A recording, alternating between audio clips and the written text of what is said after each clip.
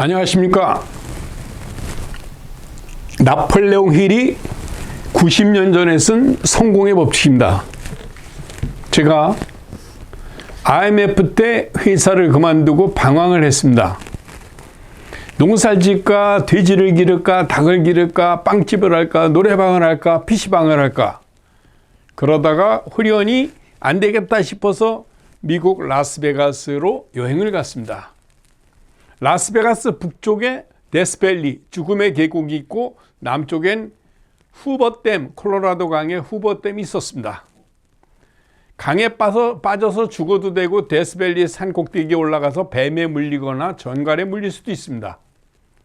그런데 벨라지 호텔 옆에서 기가 막힌 서점을 발견했습니다. 서점에 가서 뒤적뒤적거리다가 산 책이 85년 전에 나온 나폴레옹 힐의 성공의 법칙입니다. 제가 이것을 열심히 읽었습니다. 원서 1200페이지입니다. 열심히 2번을 읽고 밑줄을 쳐서 파워포인트를 만들었습니다. 그리고 강사가 되었습니다. 이 책이 1200페이지인데 이 중에 딱 한 줄이 저의 머리를 꿰뚫었습니다. You can do it if you believe you can. 당신이 할 수 있다고 믿으면 할 수 있다. 할 수 없다고 믿으면 할 수 없다. 이거죠. 이 문장을 제 평생의 좌명으로 생각하고 있습니다. You can do it if you believe you can. 책 한 권의 힘이 얼마나 중요한가를 말씀드리는 겁니다. 제가 시골에서 자랄 때 저 하늘에도 슬픔이 이 책을 읽었어요. 그러면서 눈물을 흘렸습니다. 아, 가난한 어린 학생이 너무나 힘들었던 아주 전설적인 책이죠.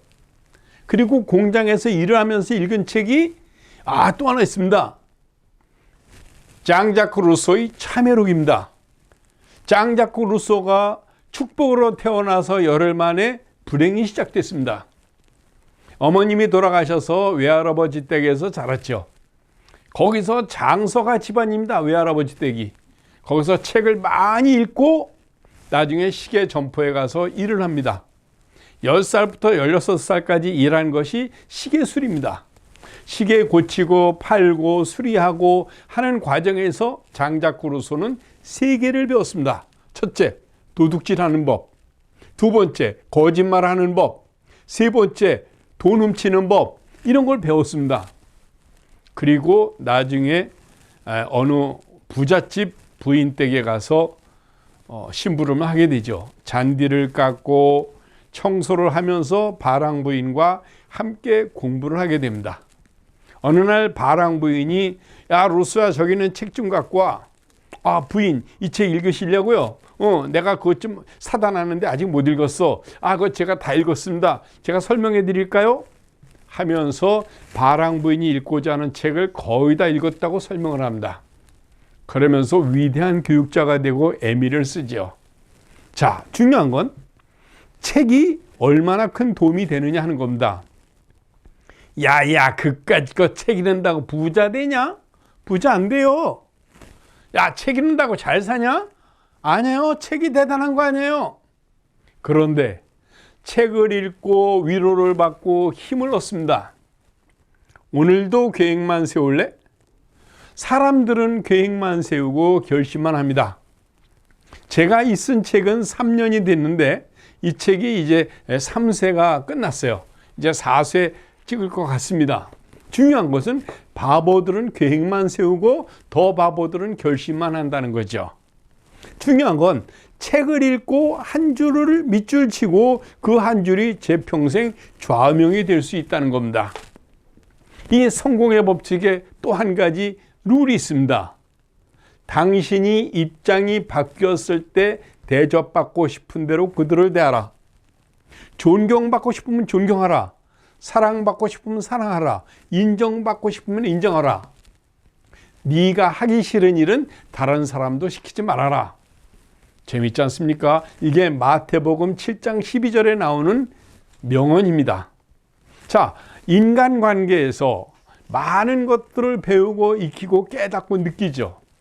아주 이상한 재수 없는 사람 만나갖고 인생을 망치는 사람도 있습니다.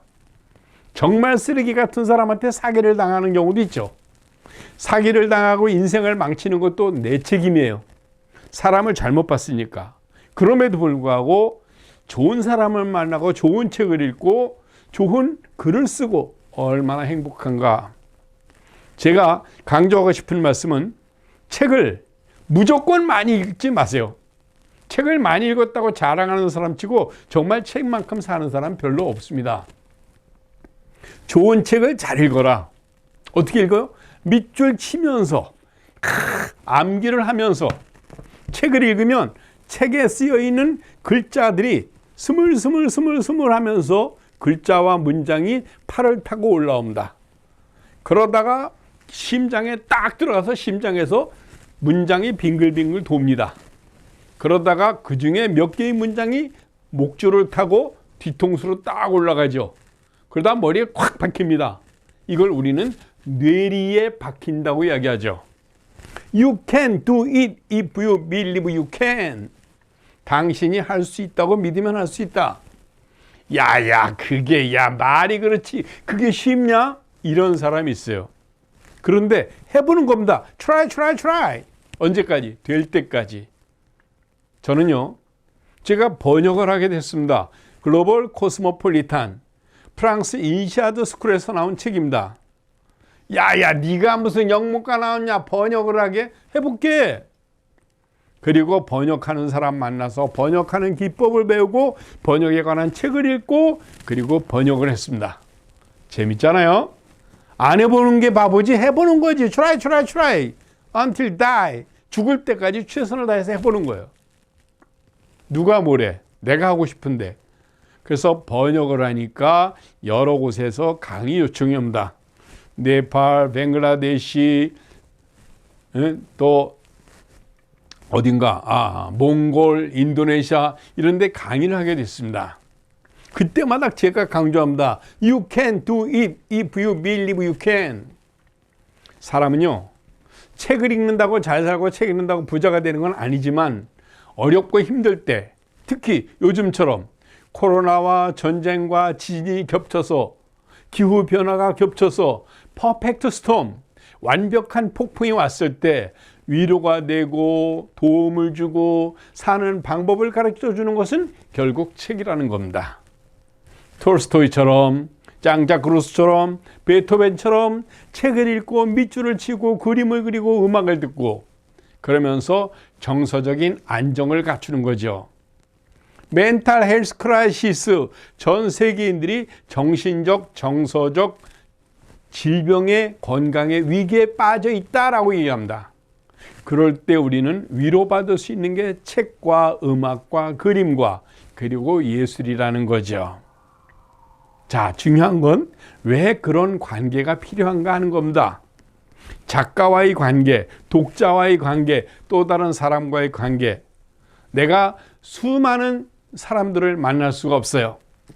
그러나 나폴레옹 힐을 만나고 베토벤을 만나고 모차르트를 만나고 피카소를 만나면서 그들도 그랬고 저들도 그랬고 우리도 그렇구나 하고 참을 수 있는 능력, 이게 필요하다는 겁니다. 오케이? 책을 읽자 안 읽자? 읽자. 언제까지? 죽을 때까지. 그리고 가끔은 글도 쓰자. That's it.